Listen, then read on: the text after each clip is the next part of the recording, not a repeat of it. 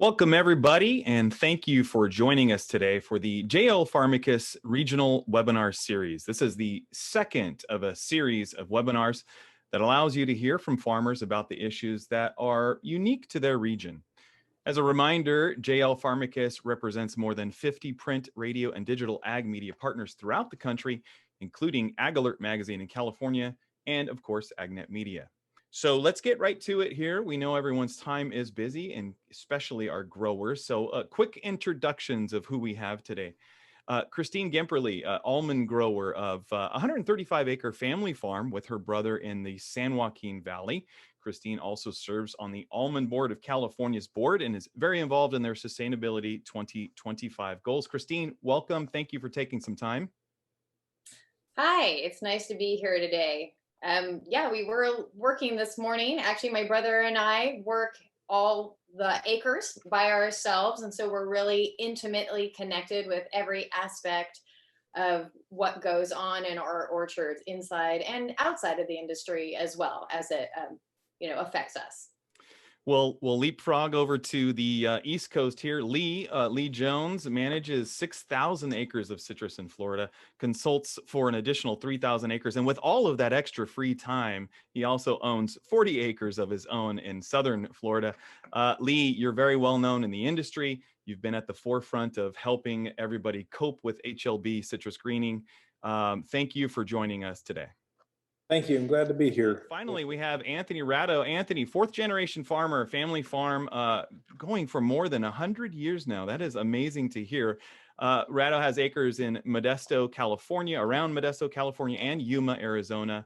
About 1,000 acres of vegetable crops with a focus on leafy greens. Is that correct? Thanks for being here today, Anthony. Yeah, that's correct. About 30 different varieties of leafy green vegetables, and we have a winter program down in Yuma that's keeping all the fourth generation quite busy on a day-to-day basis.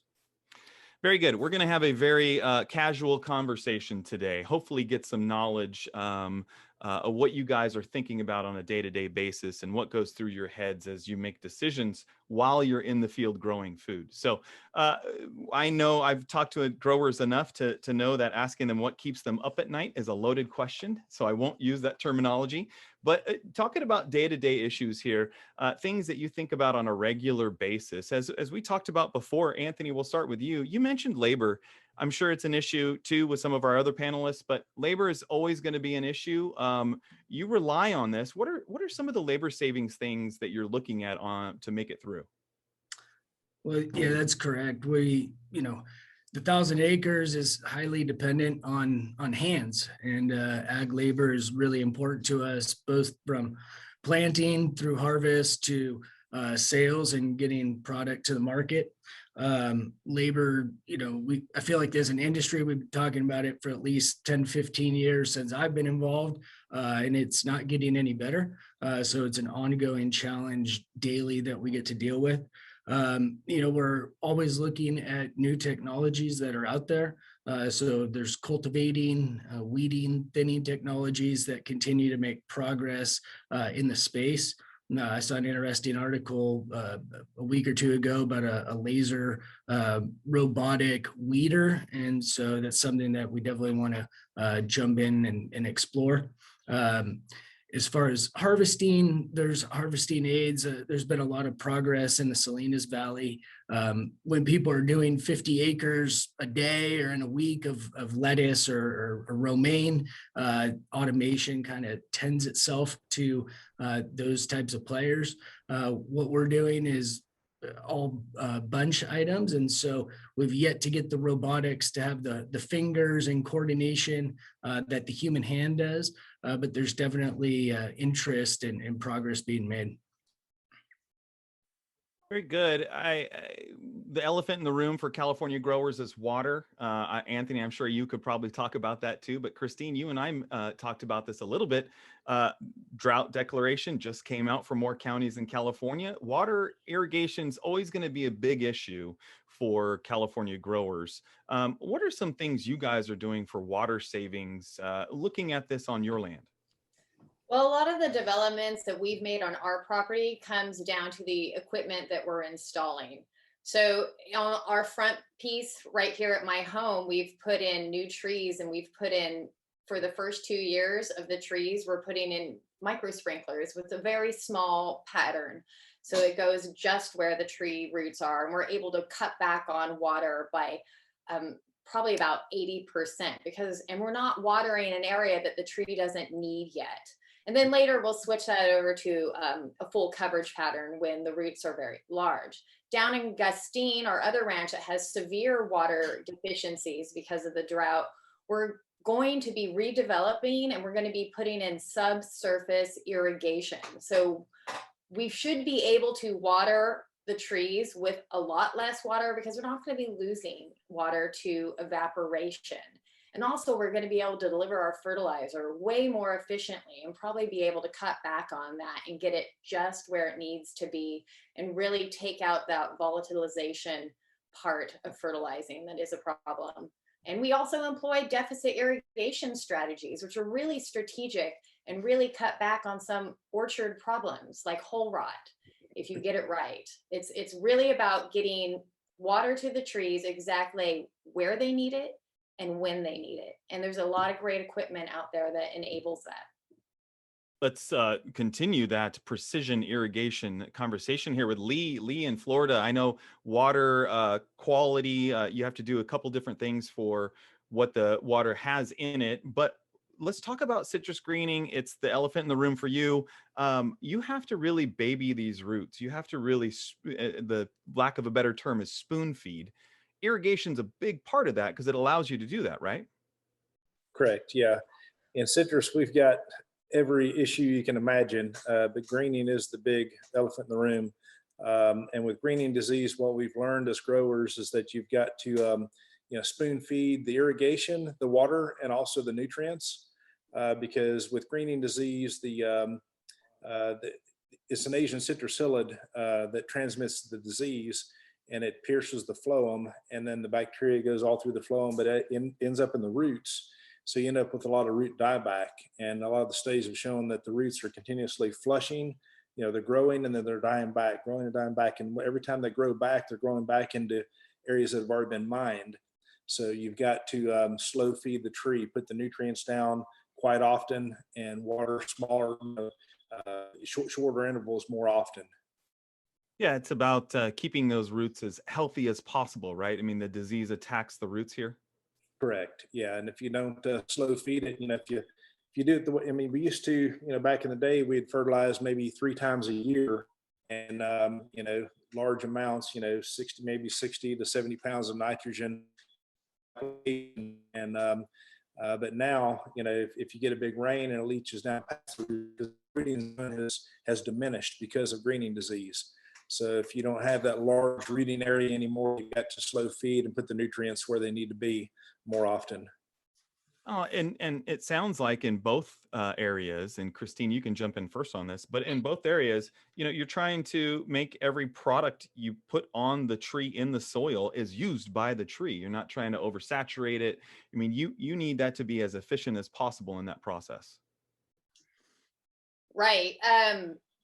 And we also, want to use every part of the tree as well. We're trying to get to the zero waste space so that no resources are wasted going into the tree, into the product. But then at the end, we're also looking at ways that we can use what people didn't see as a crop as something important, have important use, like the hull or the shell or even the woody biomass.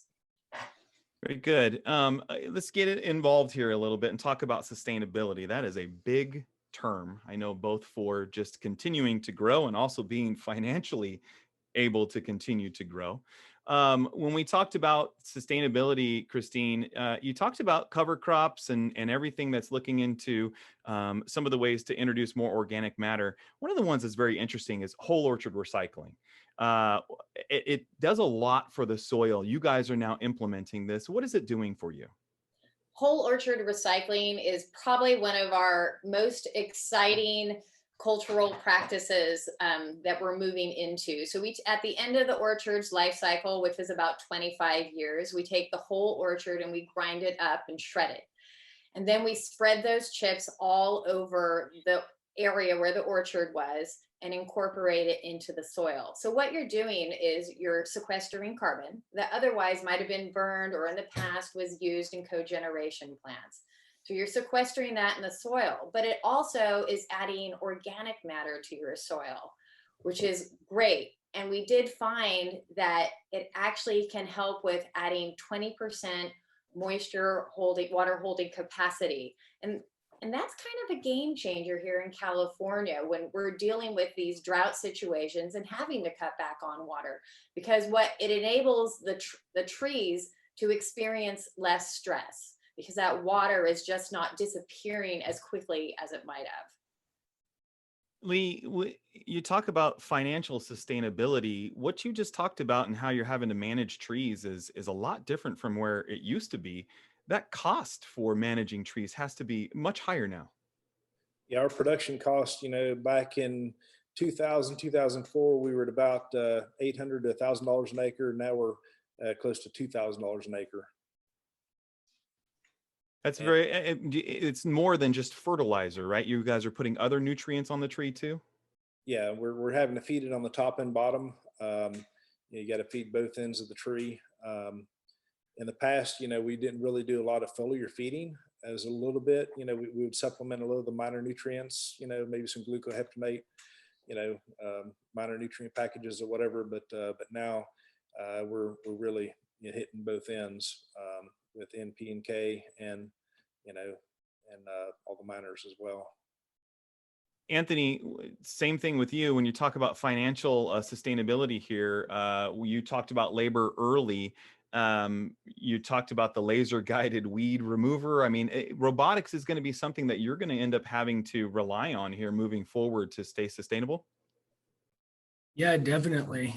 There's a constant challenge to be producing food cheaper, or we're going to risk importing more food.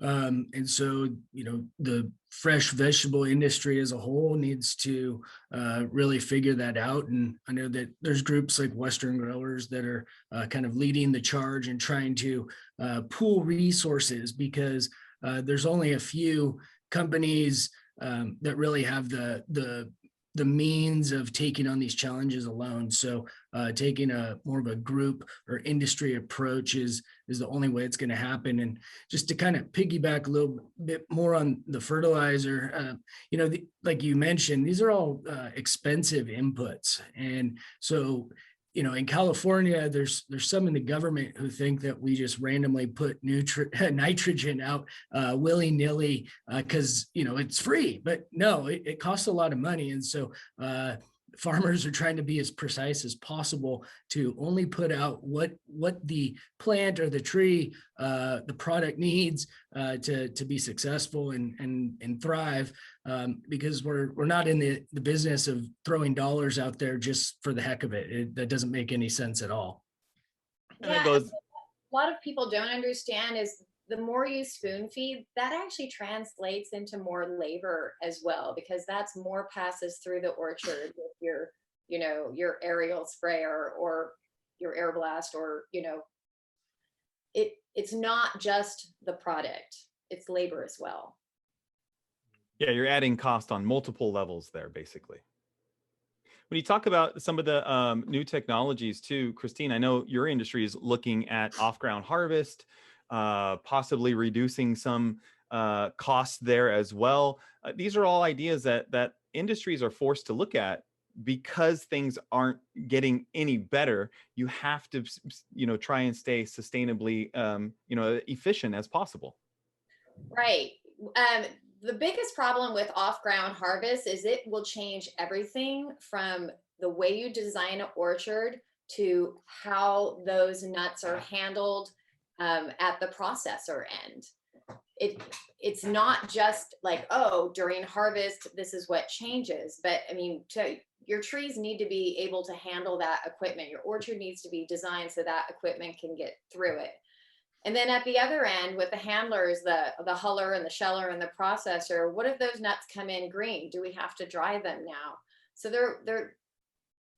it snowballs is what it does when you change something that big. But on the other hand, it's a great thing because it will allow us probably, if we can do off-ground harvesting, to have less herbicide, input. And we don't have to worry about the dust and manage the orchard floor like we've done in the past. So there's toss-ups. Yeah, before greening disease, we were really, as an industry, we were really trying to focus on mechanization. And I actually partnered with Dr. Burks, and we formed a company. It's still in existence. We're still rolling forward with it. He's a robotics professor there at the University of Florida. And we were looking at, mechanical harvesting of the citrus because it's still picked by hand. But that's one of the things that we did early on was we designed the most highly productive grove that you could possibly design, then design the equipment around that. Whereas in the past, we had the equipment and we designed the grove around the equipment. And we took it to the next level and designed the grove first and then designed the equipment around the grove. And that process is still moving forward, but it's not getting the funding that it really needs because of greening disease. And right now, all the money and efforts, for science is all going towards finding the cure for greening disease. Lee, since you've been around so long, is there anything back prior to 2005 when HLB was found in Central Florida? Is there any products or anything you're adding to the trees that you may normally not have before? Is there anything you're doing extra now? Yeah, we're doing, a lot more foliar feeding, a lot more, in the past, we really didn't do a lot of, spraying of nutrients on the leaves. We did a little bit of minor nutrients or whatever, but now we're doing a lot more insecticides that are targeting the psyllid. For a while there, after some time in Brazil, we actually decided to try to do monthly sprays, and it just was not economical. We couldn't afford it. And so now we're doing more sprays just around the flushes. But the issue here in Florida is we have, because we're subtropical climate, so we've got, trees flushing year round. So there's a good supply of, food for the psyllid, for the enemy. And so it's just, it's a big hurdle to try to overcome. Yeah, let's talk about that a little bit more as we move into some inputs here. When you're trying to manage the Asian citrus psyllid, there has been some resistance issues. We've talked to several researchers about this at UF. There's a need for continuing development of new modes of actions, right? I mean, this is something that you guys still have to manage. I know it's widespread, but you still have to manage these pests for new plantings. Exactly. Yeah. I mean, some of the best chemistry, one of the best chemistry we have for young trees is really imidacloprid. And so, but if you use imidacloprid over and over again, you're going to get resistance. And that's what we're finding. We just don't have we don't have a broad enough, availability of different modes of actions to be able to really do a good rotation. So we don't build up resistance. So that's becoming more and more of an issue. Continuing the resistance talk, we'll move over to Anthony here. Diamondback moth also had some resistance seen recently. I know on the Central Coast area. Are you guys seeing resistance too in the Central Valley area? Yeah, we are, and our grower down in Yuma, Arizona, deals with the issue during the winter down there. They've had resistance. Talking to other brassica leafy green shippers and from Texas to Georgia up to New Jersey, everybody seems to be dealing with the same issues, and resistance is a big one, especially for Diamondback moth, which many know is the most devastating pest in agriculture, or at least regarding to leafy greens. And so it's been a huge challenge. The science it takes a long time, and then welcome to California, it takes even longer because just the bureaucracy that people get to go through, and so it's really challenging to get new products to the market, and it's just not able to keep up with the resistance that the Diamondback is able to overcome.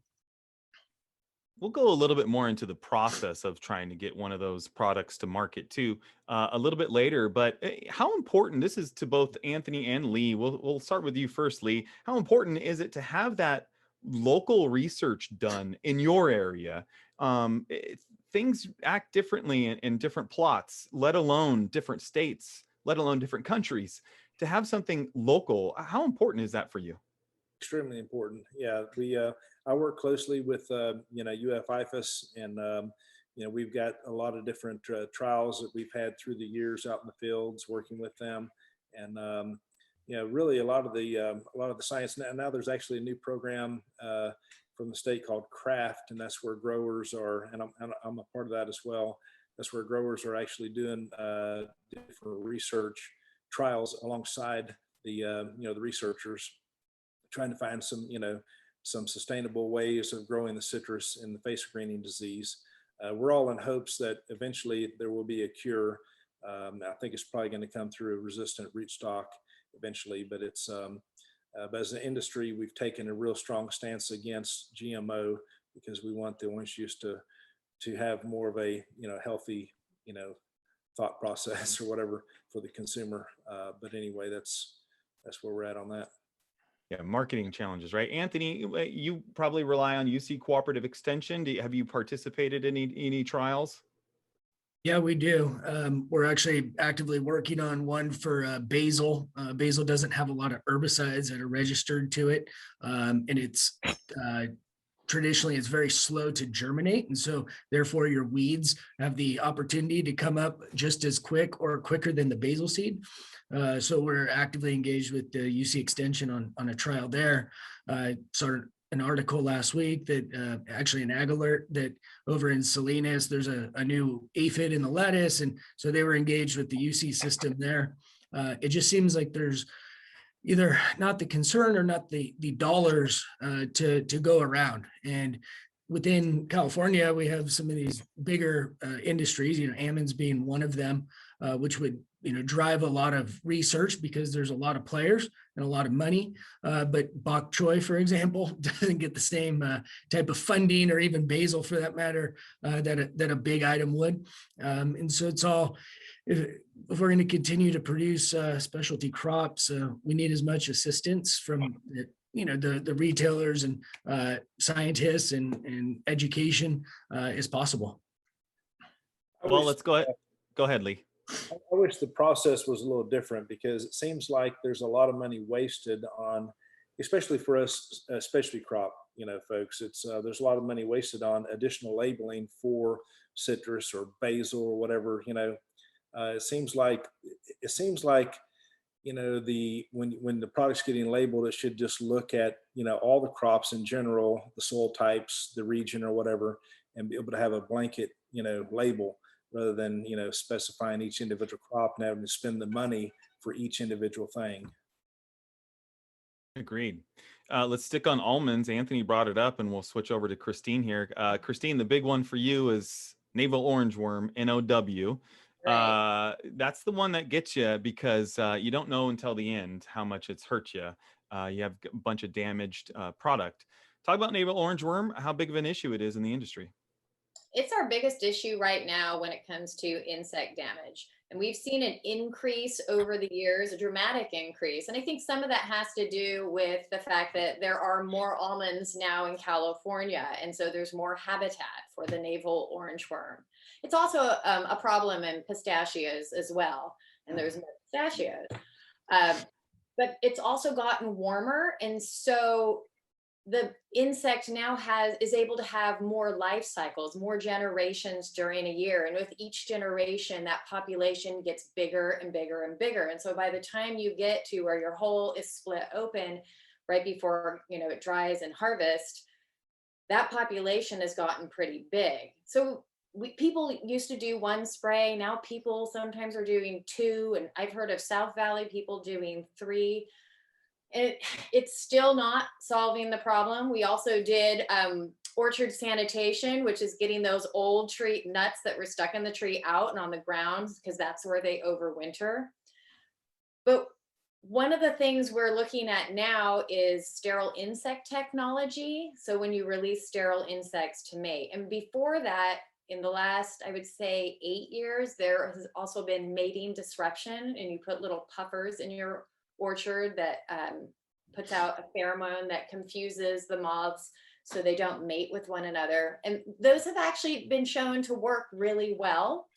Not 100%, but from what I know of them, People have had success with that, but you have to have an orchard that is at least 100 acres, or, you know, so you can't just have a small, like, so it wouldn't work on our place here. It's only 40 acres because we're under that minimum size. So those are some of the issues that we're dealing with. I think with any pest, and this is to all you guys can all comment on this, but I think with any pest, the IPM system, right, integrated pest management system, you need a lot of tools. You can always use more tools. Do you ever get to the point to where you have too many tools? Is anyone get to that point where I don't need anything else to help me with this? I mean, Anthony, what, you're laughing. What's no, up? Yeah, no. And I guess if that day ever came, then I don't know, we can have a different conversation. But it's interesting that, you know, Lee's bringing up the chemicals and applying to all crops. We're dealing with DPR on some of these tolerances, and it's really interesting. This we're dealing with the same issues, and Christine brought up the pheromones for the navel orangeworm, and it turns out that, you know, a field of collard greens putting out these pheromones that are attracting Diamondback Moth. So I have these plumes out here, and it's you know, so it's the same stuff throughout these different types of crops that we're all dealing with. I guess that's what makes us agriculture, you know, but it's interesting. Lee, any thoughts on that? Could you use less tools? I know a lot of products have been thrown at you over the last 15 years. But when it comes to any insect issue, I think all tools are welcome here, right? Absolutely. Yeah, we don't have, I mean, we haven't even, we're not even at the tip of the iceberg. We need many, many more. Yeah, I would say I'm a tool junkie, and I would rather get another barn to fill with tools than say no more tools.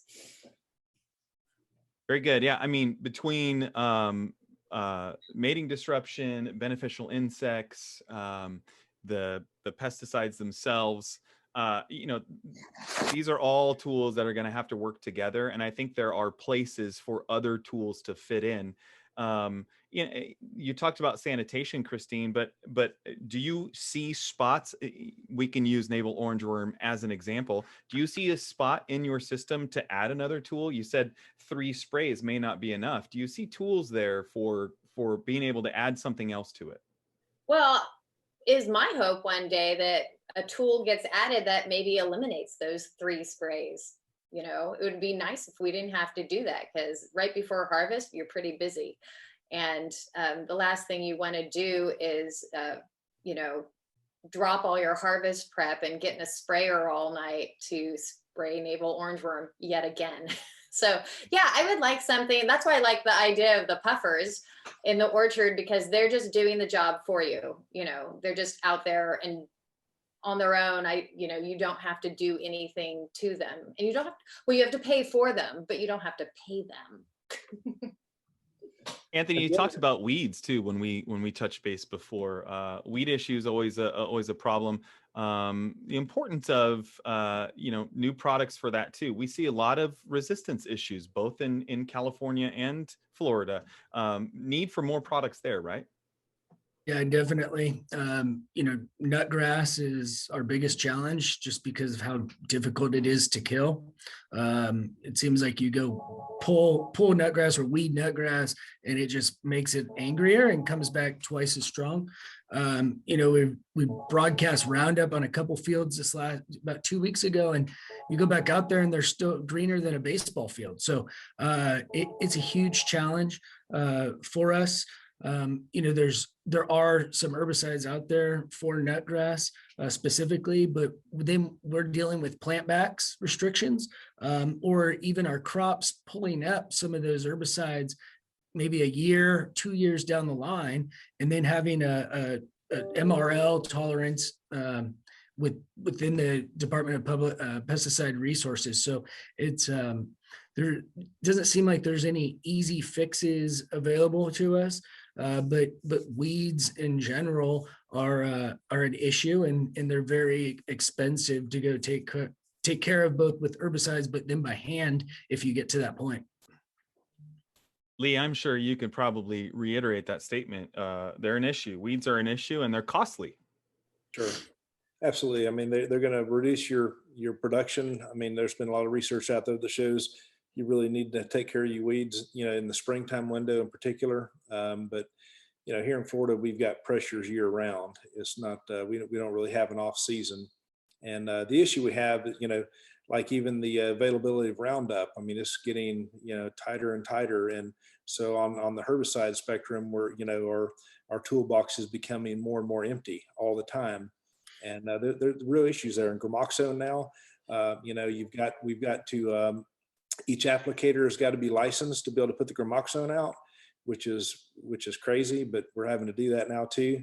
And, then all of our operators have got to go through and get their training, plus keep their continuing use, education units up. And it's just a lot of extra, stuff that we got to do to be able to even use those few tools that we do have. And then the other issue we have too on the toolbox, is the price of those tools, because there's been some new chemistries that have come out that look pretty good, and but yet it's out of our reach to be able to even use those tools, because it's just so when a new mode of action comes out, like X-Roll is a prime example, they set the price per acre up on that thing so high that we couldn't afford to use it, and so we didn't even have access to that tool because it was out of our reach. But yet I understand, from a manufacturer's perspective, they got to pay for all those years of work and labeling and, jumping through all the hurdles that they have to. So I understand the price of that, but it's just a shame when the price is out of reach for the growers then. Before we move on here, Christine, I know you've been on the cutting edge of cover crops. Is that helping with weed control? It actually is. That was not what I was expecting when I put it in. Originally, I put it in for pollinators and for the honeybees that we bring on the property every year to pollinate the crop.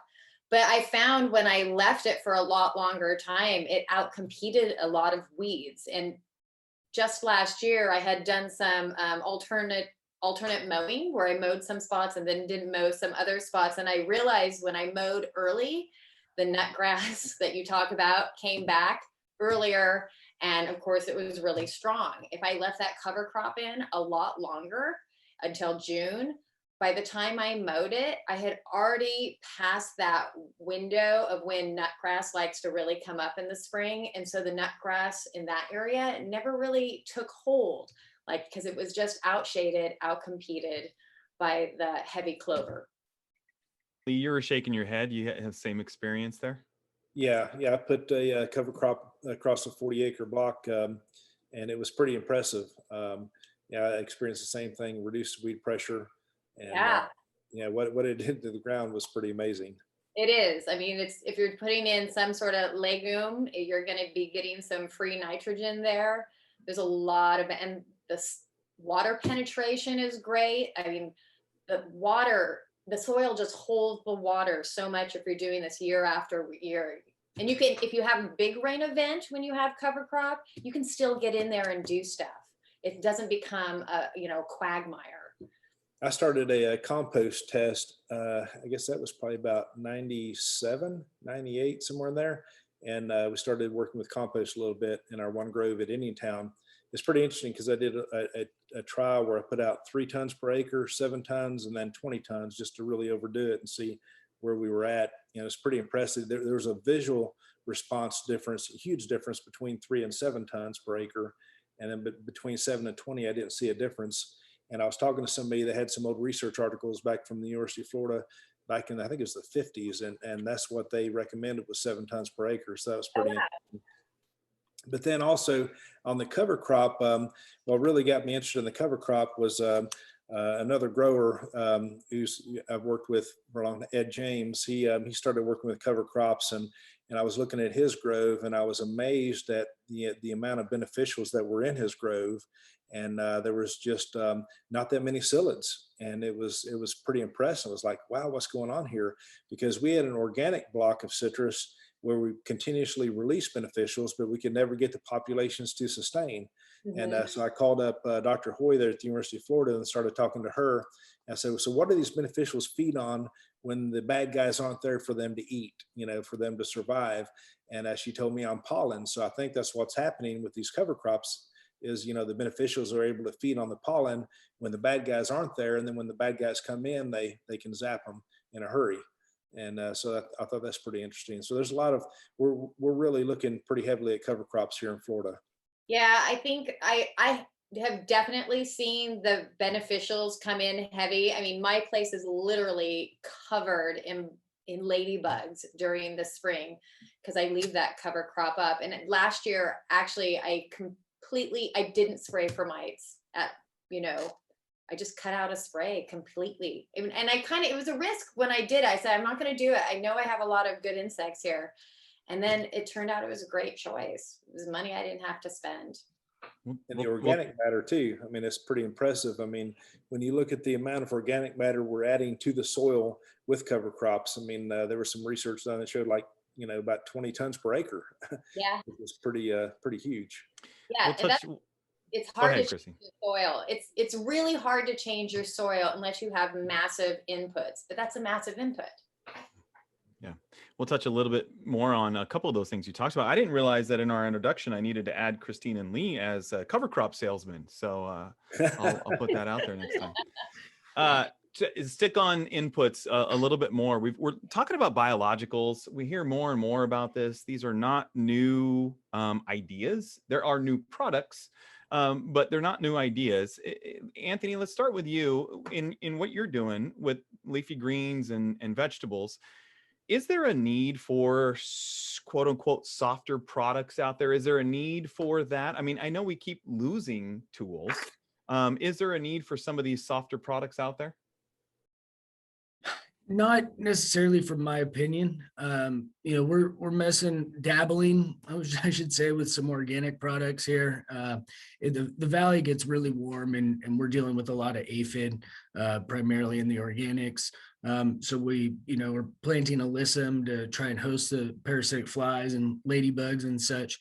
But as far as softer materials, maybe if somebody wants to feel good about it, but from a producer standpoint, there's marketing being done from both sides of the aisle, I guess you could say. But at the end of the day, the consumers really have no idea where their food is coming from. And so I think that a heavy dose of education to the consumers about, who we are, what we do, and everybody between the three of us and the rest of the viewers, it would go a long way. And that's a constant battle to make sure people understand and kind of try to connect the dots to the food in the grocery store and where it really starts.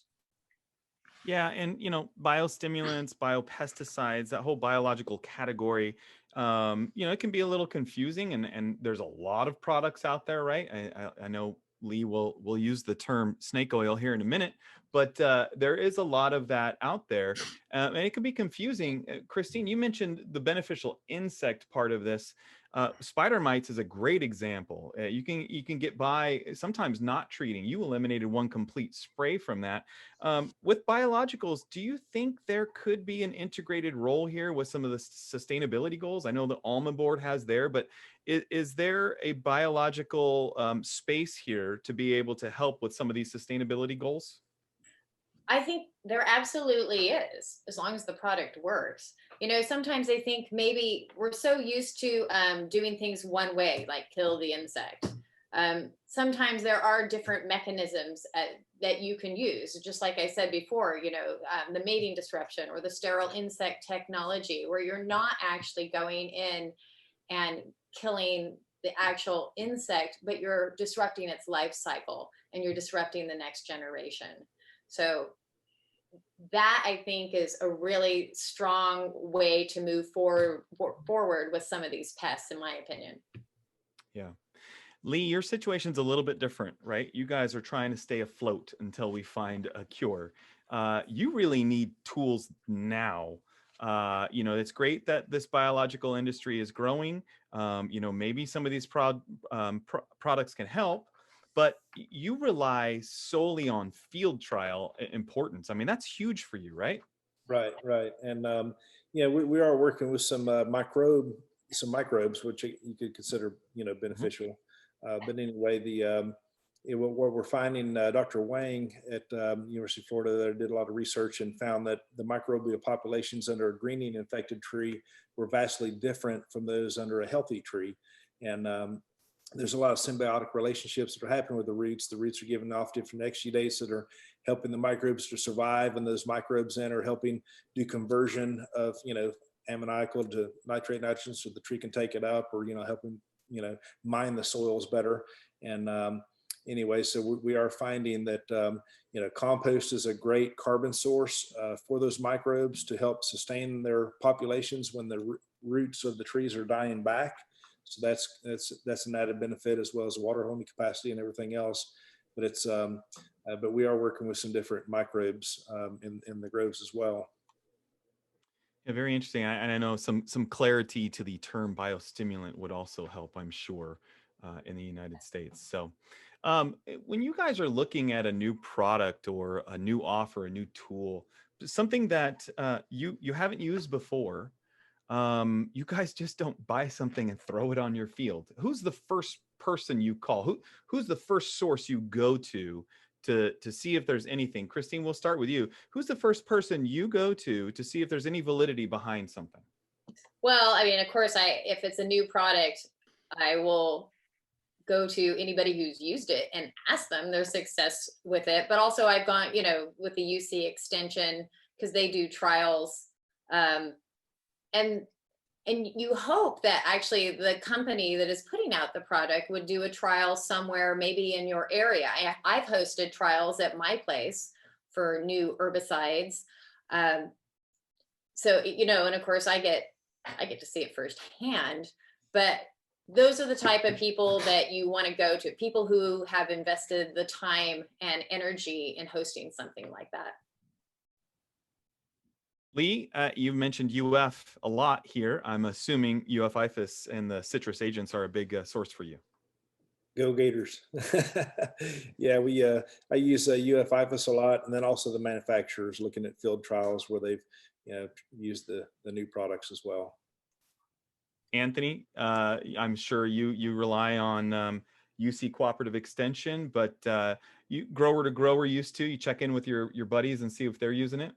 Yeah, definitely. There's a few of us that have worked in the Salinas Valley or Santa Maria, Oxnard areas. So we're always in contact with, former coworkers from, PCAs, just talking about what pressures people are dealing with, ideas on, are there any other new tools out there that we can try? One nice thing about, our farm here is that our crop rotations can get down to as quick as about 40 to 60 days in the summer. And so if somebody has something that they want to try, we can usually fit them in, and we'll know relatively quickly whether something does or doesn't work.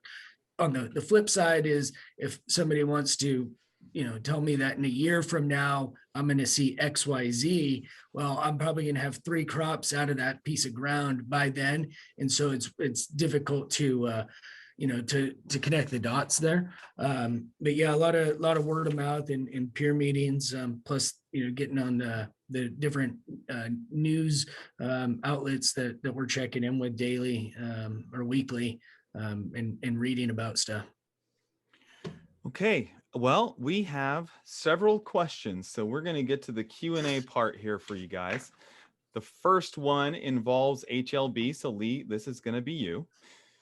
Question is, do you find that a balanced nutrition program provides the crop with defense to HLB or citrus greening? And can you speak to some elements like nitrates or soluble calcium into helping with that defense strategy? Does it work? Well, a balanced nutrition program definitely does help. It helps slow the process down, but an HLB infected tree is still going backwards.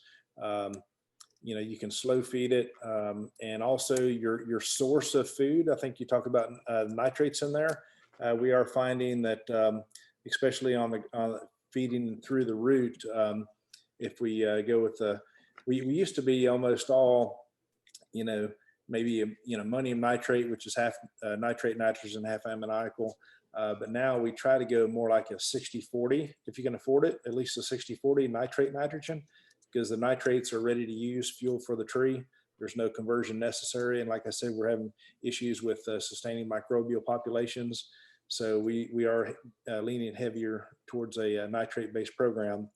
But as far as a balanced program, if there was a product that had all in one NPK and all the minors, I don't think that would really work for us here in Florida because we have so much variability. We may have one block in one area that, needs more manganese. So, we try to really, customize each block according to its needs. So, so we take a more, balanced approach that way. This is open to all panelists here. Based on increasing input costs that you guys have detailed already and increasing supply chain risks, would you be willing to use a platform that allows you to buy from a contract with manufacturers to guarantee products for your farm in the future? Yeah, I think that we'd be open to something like that. The business is extremely competitive, and so anytime we can, try to figure out, we'll understand what our uses are going to be for a certain material throughout the year. But if we can understand and get things at a certain cost, then it allows us to just control those input costs that much more. And then we, as the industry moves to more of a contract base sale. So, we need to understand what our costs are going to be going into the life cycle of the crop so we can ensure that hopefully there's a penny or two left over for the business. Go ahead. Yeah, I believe, to try to lower costs, if you could have a contract with a manufacturer, that would be helpful, especially for larger growers. And here in Florida, we're becoming more and more large growers because I know storage would be an issue with a lot of the smaller growers. So I think it depends on the size of the farm. And, but, here in Florida, large growers that are more than 2,000 acres, I mean, it's making up more and more acreage in the state. The small guys are going out. So.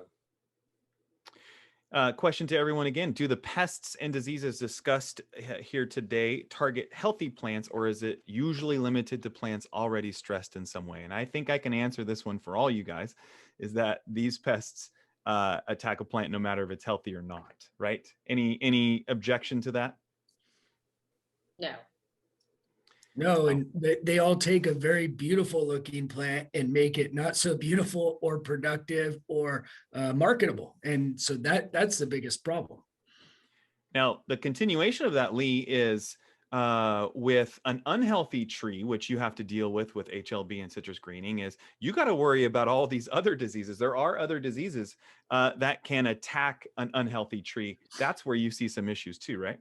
Exactly. Yeah, I know that, this, not this spring, but the previous spring, we had some PFD issues, and I believe that's post-spring bloom fruit drop. It's blossom blight, and there's a lot of issues. Even the fruit drop that we have, right before harvest, there's a lot of issues that are coming in, secondary issues that that would not be there if we had a healthy tree. We had another question about why has the cost per acre nearly doubled in 20 years for you, Lee? And again, that is the amount of inputs you're having to put in to keep those roots healthy? Yes, it's the amount of inputs, the amount of times across that piece of property. I mean, if you got a spray rig going across that grove, most contractors are going to charge right around $30 an acre to spray that acre. So if you're doing it, back in the day, we used to spray, for juice oranges, we'd only spray it maybe twice. And then we went from 2 times to 12 times. That's a huge jump. And then also the fertilizer applications, we used to just fertilize, 3 times a year, maximum. Some guys only fertilize twice a year because the roots were so healthy and large that there's a large storage capacity in these trees to be able to store the nutrients. But when the tree is sick and the roots are dying back, they don't have that storage capacity anymore. So, every time you put that rig across the grove, like a fertilizer contractor is going to charge you about $14 an acre to take that rig across the grove and apply the fertilizer. So you're doing that more often, everything adds up. And also the cost and also the input cost. Yeah. more chemicals, more fertilizer more often. So all those things add to it. Yeah, as Christine mentioned earlier, it's not necessarily the cost of the product always, it's the labor to get it put on the crop. So definitely good. Here's one last question. It's a good one. How are you introduced to new tools and solutions for these problems? How do you guys think about a time where you may have tried something new? How were you introduced to that? Was it through, did you hear it on the radio? Was it word of mouth? Where did you learn about some of these? And I'll let Anthony go first. Anthony, can you think of a situation there? Yeah, I'd say it's primarily word of mouth, whether that's from a rep or a coworker slash a colleague that's dealing with some of the same issues. And so it's important for producers of these tools to make sure people are out there and informed. And then hopefully they're willing to spend some time and do some trials and stuff like that to really show that their products are what they say they are. Christine? Well, there's several places. Once a year, we have the Almond Board Conference in Sacramento, and we actually gain a lot of information there because we have a ton of vendors come, we have a ton of researchers come. A lot of them have done some of the trials, and they're, putting the information out there in seminars. Almond Board itself does a lot of webinars about new technologies that are coming, down the line. So I do a lot of reading with the ag publications that come through. I like to read about even in other crops, I'm reading about what other people are doing because something may be applicable to what I'm doing. Lee, what about you? Manufacturers have done a really good job. Even recently, Bayer's done a really good job. They'll bring some larger growers in to resort somewhere, and we'll have meetings and everything. And it's really nice. It's a little bit more relaxed atmosphere. And then because it's a smaller industry, when they target some of the larger growers, there's a lot of the smaller guys that call us up all the time and talk to us, and we're back and forth. So, there's a lot of information dissemination that way. And then also, so the manufacturer, and then also, Helena or the, Nutrients now. A lot of these companies have got good reps that we'll talk to. And then also, like the Citrus Industry Magazine, that's the only magazine that I still read to this day, cover to cover, pretty much. So it's, we appreciate that endorsement, by the way. Thank you. Yeah. Anthony, I'm sure you guys have people on staff for this, but Christine, with you just being you and your brother, do you rely on independent consultants for your operation? Do you rely on some other people's knowledge that you don't have on staff? Yeah, we have nobody on staff. So I go out and I just make cold calls to to all sorts of people. I have, Roger, my UC extension advisor, I have him on speed dial. I have my PCA, that I'm always calling and asking questions. I don't, at this point, I don't care if my question is stupid or not. Like, I just want to know the answer. I guess that's a better question is, how much do you guys rely on pest control advisors? How much do you guys have a lot going on. How much do you rely on your pest control advisor to advise you what you need to be doing? We have 3 certified PCAs on staff. And if we had 2 more walk through the door today, I'd hire them, type of deal. You can't have enough knowledge. We are relying on a consultant to help us with our agronomy aspect of the ranch. We have all these, 1,000 acres, but 1 acre is going to be different than the next, depending on what was on it and what we grew. And so we're using outside consulting as needed there as well. But yeah, anybody that has experience and especially on the PCA side, it's like the more opinions are welcome, because I think, kind of to Christine's point, there's no dumb questions anymore. You got to try to understand as much as you can to figure out a solution. Lee, you feel the same way? Yeah, I hope folks rely on consultants because I are one.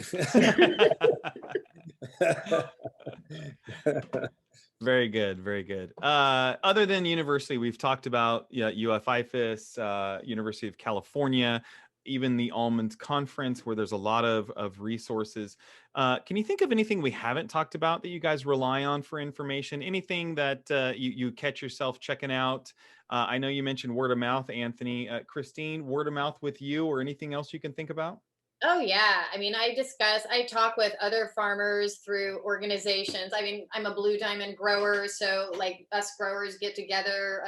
Some of us are liaisons and we're always swapping information, especially when it comes to, irrigation technology. That's a big one. Who's got what? Definitely. Lee, anything else you can think of? I know UF-IFAS and the citrus agents play such a huge role for you guys there, but anything else you can think of offhand? Yeah, back years ago, we had a production managers association that was really good. But that's kind of been falling apart here because the acreage has been shrinking so much. Yeah, that's pretty much it. Okay, last question here, and I'm sure you all are going to love this question. Do any of you guys rely on social media for information? Do you go look out there and maybe the My Job Depends on Ag page or something like that and look at any information there? Not at all. I mean, I'll, the citrus industry will send a little, the AgNet media will send out a little, interview or whatever. I'll listen on that, but I don't go on Facebook looking for, any answers. Anthony, Yeah, same for you? I mean, my social media is being used every day, but for nothing regarding work. It's, we need, you need verified, trustful information, and not to say that it's not on social media, but it's a professional space. And just to kind of piggyback on your last one, I think that these industry trade groups, shows, these events that different groups are putting together, where the atmosphere is where you can talk to just about anybody in a simple one-on-one setting or in a small group, are really beneficial to people to be able to share their knowledge and insight and establish those relationships.